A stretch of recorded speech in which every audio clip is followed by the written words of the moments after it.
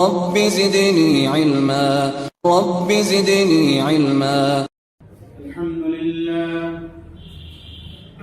لله نحمده ونستعينه ونستغفره ونعوذ بالله من شرور أنفسنا ومن سيئات أعمالنا. من يهده الله فلا مضل له ومن يضلل فلا هادي له. وأشهد أن لا إله إلا الله وحده لا شريك له وأشهد أن محمدا عبده ورسوله. يا أيها الذين آمنوا اتقوا الله حق تقاته ولا تموتن إلا وأنتم مسلمون. يا أيها الناس اتقوا ربكم الذي خلقكم من نفس واحدة وخلق منها زوجها وبث منهما رجالا كثيرا ونساء واتقوا الله الذي تساءلون به والأرحام إن الله كان عليكم رقيبا. يا أيها الذين آمنوا اتقوا الله وقولوا قولا سديدا يصلح لكم أعمالكم ويغفر لكم ذنوبكم ومن يطع الله ورسوله فقد فاز فوزا عظيما. أما بعد فإن خير الحديث كتاب الله وخير الهدي هدي محمد صلى الله عليه وسلم وشر الأمور محدثاتها وكل محدثة بدعة وكل بدعة ضلالة وكل ضلالة في النار. فأعوذ بالله السميع العليم من الشيطان الرجيم. بسم الله الرحمن الرحيم. من عمل صالحا من ذكر أو أنثى وهو مؤمن فلنحيينه حياة طيبة ولنجزينهم أجرهم بأحسن ما كانوا يعملون.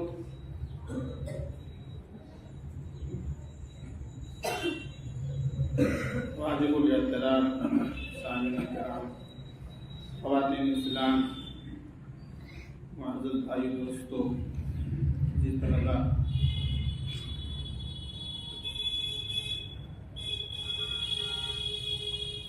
ماہرین کے مطابق اس دنیا میں انسانوں کی تعداد ہے تقریباً 8 ارب. اتنے سارے لوگ دنیا میں پائے جاتے ہیں اور مختلف دھرم مذہب کے ماننے والے لوگ ہیں. کچھ لوگ اپنے دھرم کے جو گرو رہنما اور مقتدا ہیں ان کے بتلائے ہوئے طریقے کے مطابق چلتے ہیں. ان کے بتائے ہوئے طریقے کے مطابق اپنی زندگی بسر کر رہے ہیں اور نیک کام کر رہے ہیں، نیک عمل کر رہے ہیں. کچھ ایسے ہیں جن کا کوئی خاص تعلق تو نہیں ہے، دھرم سے تعلق ہے اور اپنے بڑوں کو جو ہے اپنا مقتدا مان لیے ہیں، ان کے مطابق اپنی زندگی بسر کر رہے ہیں، عمل کر رہے ہیں. کچھ ایسے آزاد ہیں جن کا کوئی مذہب نہیں ہے اور وہ اپنی مرضی کے مطابق جو چاہتے کرتے ہیں، جس کو اچھا سمجھتے کرتے ہیں، وہ بھی کسی نہ کسی شکل میں نیک عمل کرتے ہیں. تو اتنے سارے لوگ دنیا کے اندر جو نیک عمل کرتے ہیں، شامل کرتے ہیں، جس کو قرآن کی اصطلاح میں عمل صالح کہتے ہیں، تو کیا ان کا یہ نیک عمل اللہ رب العالمین کے ہاں مقبول ہوگا؟ تو آپ جان لیں کہ اللہ رب العالمین نے عمل صالح کے لیے اصول و ضوابط مقرر کر دیے ہیں، اس کے لیے شرط لگا رکھے ہیں، اگر اس ضابطے پر، اس قاعدے پر، اس شرط کے مطابق جس کا عمل ہوگا وہ نیک عمل اور عمل صالح شمار ہوگا، اور اس کا برعکس ہوگا وہ عمل صالح میں شمار نہیں ہوگا۔ تو پہلی شرط رب العالمین نے کیا رکھی ہے؟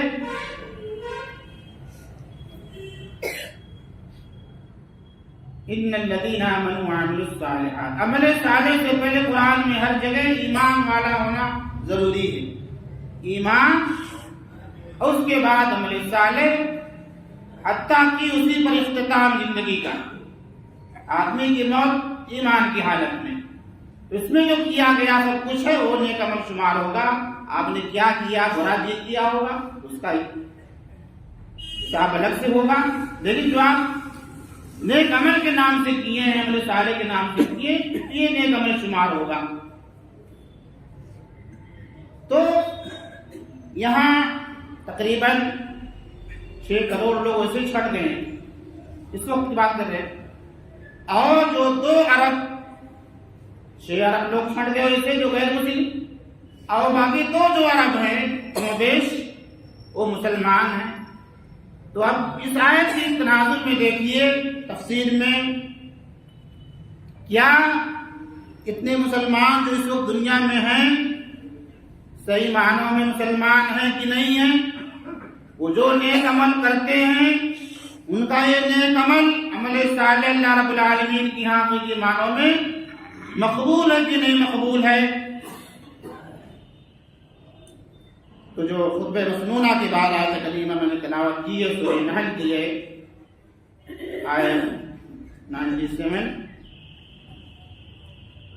اس میں دیکھیں اللہ رب العالمین فرما رہا ہے من عمل صالحا من ذکر او انثى وهو مؤمن، جو شخص نیک عمل کرے گا، عمل صالح کرے گا، چاہے وہ مرد ہو یا عورت، اس حال میں کہ وہ مومن ہے، تو ایسے شخص کو ہم ضرور حیات طیبہ عطا کریں گے اور ان کے بہترین عملوں کا ہم ضرور ان کو بدلا دیں گے۔ تو من عمل صالحا من ذکر او انثى، صالح عمل کیا ہے؟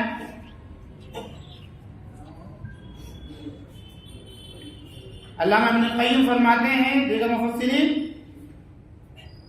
العمل الصالح ما كان خاليا عن الرياء ومقيدا بالسنة، عمل صالح وہ ہے جو ریاکاری سے خالی ہو اور سنت کے مطابق ہو۔ تو عمل صالح کیا ہوا؟ کب عمل صالح شمار ہوگا؟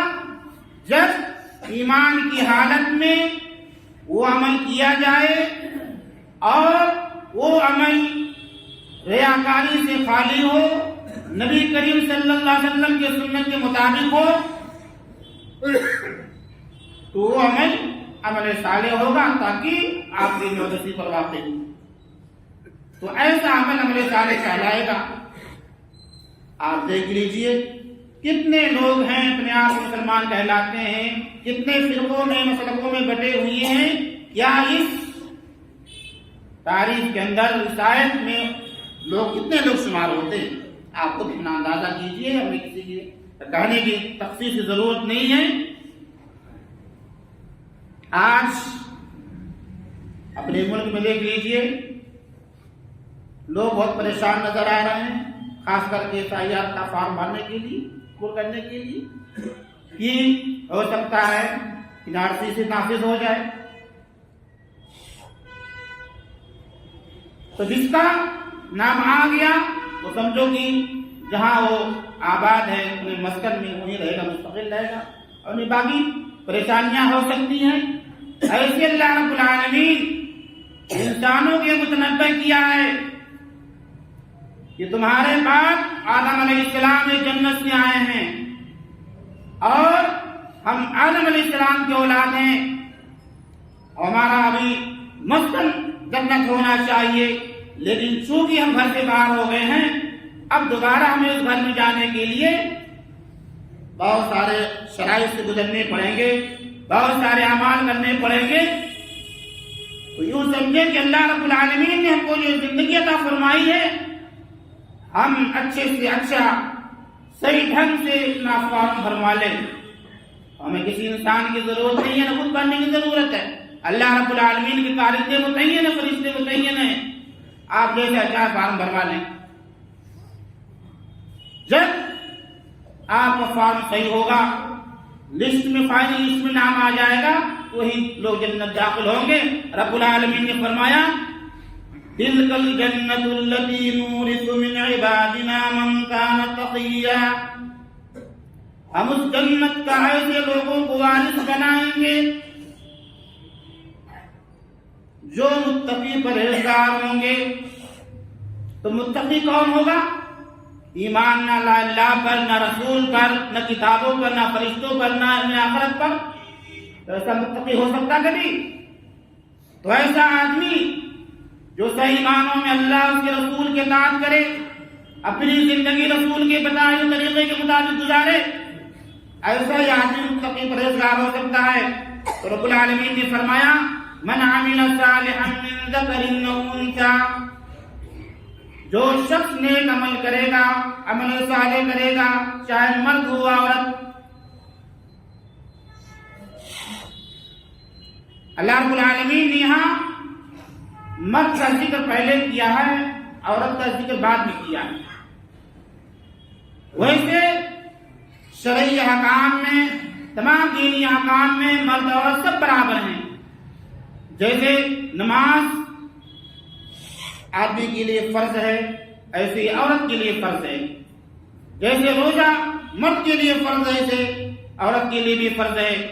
جیسے زکوٰۃ، حج یہ مرد کے لیے فرض ہے، ایسے عورت کے لیے فرض ہے۔ چوری کرنے پر مرد کا ہاتھ کاٹا جائے گا، تو ایسے چوری کرنے پر عورت کا ہاتھ بھی کاٹا جائے گا۔ لیکن رب العالمین نے مرد کا ذکر پہلے اس لیے ذکر کیا ہے کہ اس کو گناہ فضیلت زیادہ حاصل ہے۔ وہ یہ کہ اللہ رب العالمین نے مرد کے اندر قوت برداشت اور تحمل کا مادہ زیادہ رکھا ہے بنسبت عورت کی۔ اللہ رب العالمین نے مرد کو طلاق کا اختیار دیا ہے، جبکہ عورت کو نہیں۔ اگر عورت کو طلاق کا اختیار دے دیا جاتا تو آئلی زندگی درہم برہم ہو جاتی۔ عورت بس اتنا کر سکتی ہے کہ خلا کا مطالبہ کر سکتی ہے۔ اللہ رب العالمین نے مرد کی فضیلت ذکر فرمایا الرجال قوامون علی النساء،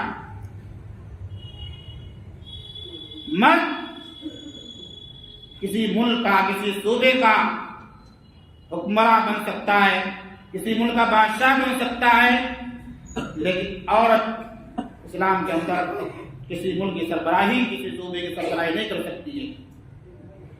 فرمانے کا رسول ہے، یہ بخاری کی حدیث ہے، لن یفلح قوم ولوا امرهم امرأة، وہ قوم کبھی فلاح نہیں پا سکتی ہے جس نے اپنے امور کسی عورت کے سپرد کر دی۔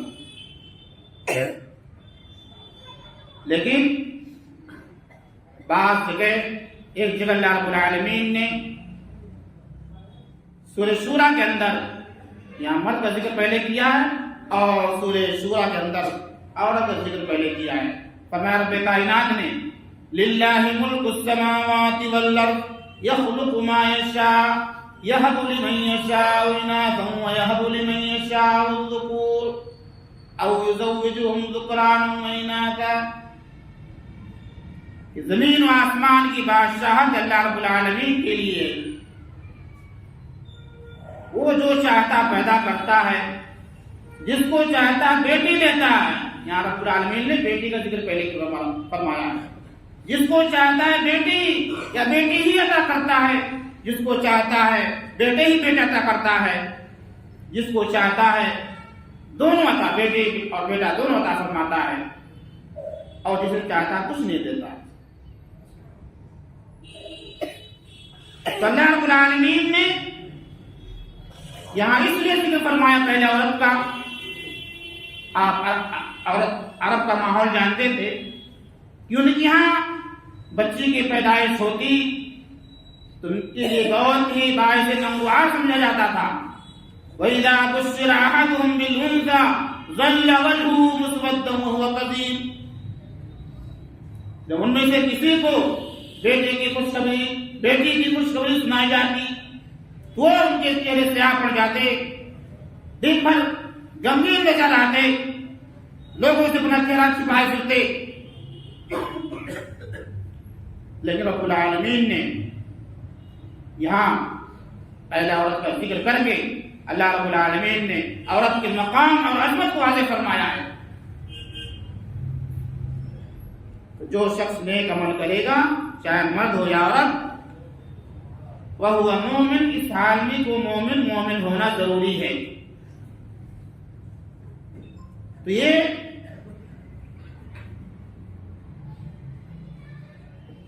فَلَنُحْيِيَنَّهُ حَيَاةً طَيِّبَةً، تو ہم اس کو ضرور حیات طیبہ عطا فرمائیں گے۔ حیات طیبہ کیا ہے؟ پاک زندگی۔ مفسرین فرماتے ہیں، حضرت عبداللہ بن عباس رضی اللہ تعالیٰ عنہ، امام شوکانی رحمۃ اللہ علیہ، دوسرے مفسرین، یہاں جو ہے حیات طیبہ سے مراد قناعت، کہ ہم اس کو قناعت والی زندگی عطا فرمائیں گے۔ اور بعض لوگوں نے رزق حلال سے تعبیر کیا ہے کہ اللہ رب العالمین حلال رزق عطا فرمائے گا۔ تو قناعت والی زندگی کیا ہوتی ہے؟ قانع آدمی کیا ہوتا ہے؟ قانع آدمی ایسا ہوتا ہے کہ اگر اس کو 100 روپے مل جائیں تب بھی وہ خوش رہتا ہے، 10 روپے مل جائیں تب بھی خوش رہتا ہے، 25-50 ہزار مل جائیں تب بھی خوش رہتا ہے، اور اگر کچھ نہ ملے تب بھی خوش رہتا ہے۔ یہ قانع آدمی کی خاصیت ہے۔ اور اسی کے برعکس ایک حریص آدمی ہوتا ہے،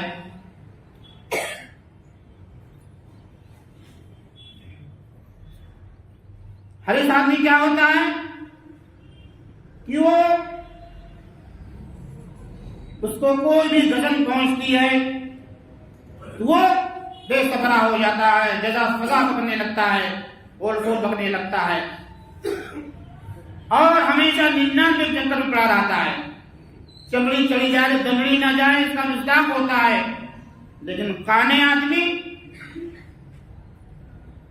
ایسا ہوتا ہے کہ دولت مل جائے تو گھبرائے نہ، اور دولت چلی جائے تو دولت مل جائے تو اترائے نہ، اور دولت چلی جائے تو گھبرائے نہ، اس کا مصداق ہوتا ہے۔ فَلَنُحْيِيَنَّهُ حَيَاةً طَيِّبَةً وَلَنَجْزِيَنَّهُمْ أَجْرَهُمْ بِأَحْسَنِ مَا كَانُوا يَعْمَلُونَ۔ تو جو نیک عمل کرے گا تو اس کا فائدہ دنیا میں کیا ہے اور آخرت میں کیا فائدہ ہے؟ یہ دنیا کے اندر جو فائدہ ہے کہ اللہ رب العالمین ایسے آدمی کو رزق حلال عطا فرمائے گا، قناعت والی زندگی عطا فرمائے گا، اور رب العالمین مرنے کے بعد ایسے نیک آدمی کا جو بدلہ ہوگا اس کو ضرور بدلہ عطا فرمائے گا۔ حدیث کے اندر آتا ہے قرآن شریف کی دوسری آیت میں، وَيُبَشِّرُ الْمُؤْمِنِينَ الَّذِينَ يَعْمَلُونَ الصَّالِحَاتِ أَنَّ لَهُمْ أَجْرًا حَسَنًا، یہ ان لوگوں کو خوشخبری سنا دیجیے جو ایمان لائے ہیں اور جو انہوں نے نیک عمل کیا، اس کے بدلے میں اللہ رب العالمین انہیں جنت عطا فرمائے گا، اجر حسن عطا فرمائے گا۔ مفسرین اجر حسن کی تفسیر کرتے ہیں کہ اس سے مراد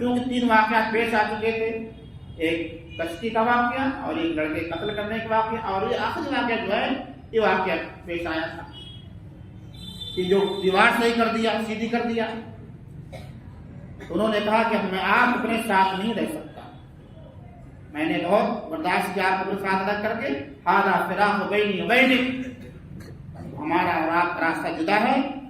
ہاں جو واقعات پیش آئے ان میں سے جو یہ معاملہ پیش آیا دیوار کا معاملہ، وہ معاملہ ایسا ہے کہ یہ دیوار جو 2 یتیم بچوں کی دیوار ہے، اس کا باپ جو مر گیا اور اس دیوار کے اندر خزانہ چھپا کے رکھا تھا، خزانہ چھپا رکھا ہے، اور اگر وہ دیوار گر جاتی تو گاؤں کے لوگ اتنے لالچ اور حریص کہ وہ اس کو لوٹ لیتے۔ فرمایا وکان ابوہما صالحا، ان کا باپ نیک اور صالح تھا۔ تو معلوم ہوا کہ اگر باپ نیک اور صالح ہے، اس کی صالحیت کا فائدہ، اس کے نیک ہونے کا فائدہ اس کے بچوں کو ملتا ہے، اور اگر بچے بھی نیک ہوں، صالح ہوں، تو اس کا فائدہ ان کے والد کو پہنچتا رہتا ہے، جو دعا کر کے اللہ رب العالمین قبول فرماتا ہے۔ تو میں نے آیت کریمہ تلاوت کی، جو من عمل صالحا من ذکر او انثى وهو مؤمن فلنحيينه حیاتا طیبہ، تو سب سے اہم جو عبادت ہے وہ نماز، اس کے لیے لیجیے۔ کتنے ہم میں سے ہیں ہر ایک کی نماز الگ الگ، جتنے مسلک فرقے سب کی نماز الگ الگ، تو سب کو نماز تھوڑے اللہ رب العالمین قبول فرمائے گا۔ حدیث میں آتا ہے، حضرت ابو ہریرہ رضی اللہ تعالیٰ عنہ فرماتے ہیں، ان الرجل، کہ اللہ رسول صلی اللہ علیہ وسلم نے فرمایا، ان الرجل لا يصلي 60 سنة وما تقبل له صلاة،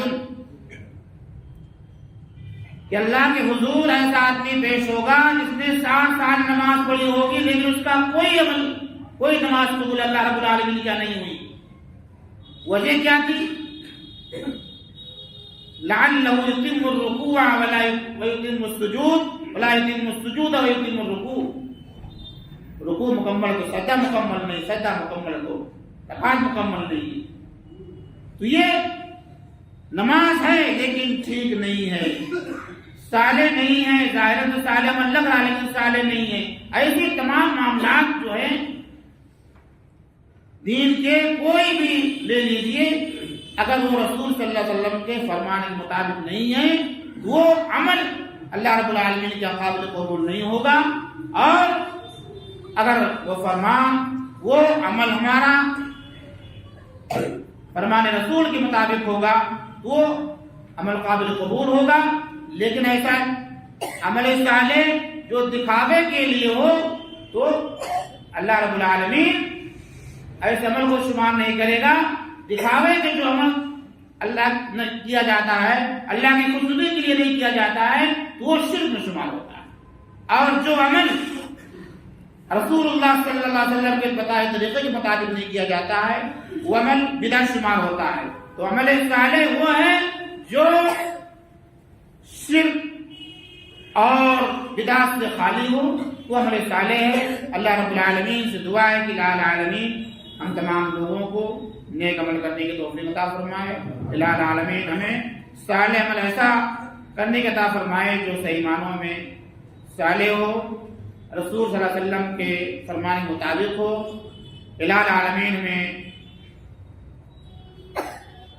اسلام کی تعلیمات کو سمجھنے، اس کے مطابق عمل پیدا ہونے کی توفیق عطا فرمائے۔ الہ العالمین ہم میں سے جو لوگ بیمار ہیں انہیں شفا کامل عطا فرمائے۔ الہ العالمین ہم میں سے جو لوگ محروز ہیں ان کو فرض کی ادائیگی کی توفیق عطا فرما، ان معاملات کو آسان فرما۔ بارک اللہ لنا ولکم فی القرآن العظیم ونفعنی وإیاکم بالآیات والذکر الحکیم، انہ تعالی جواد کریم۔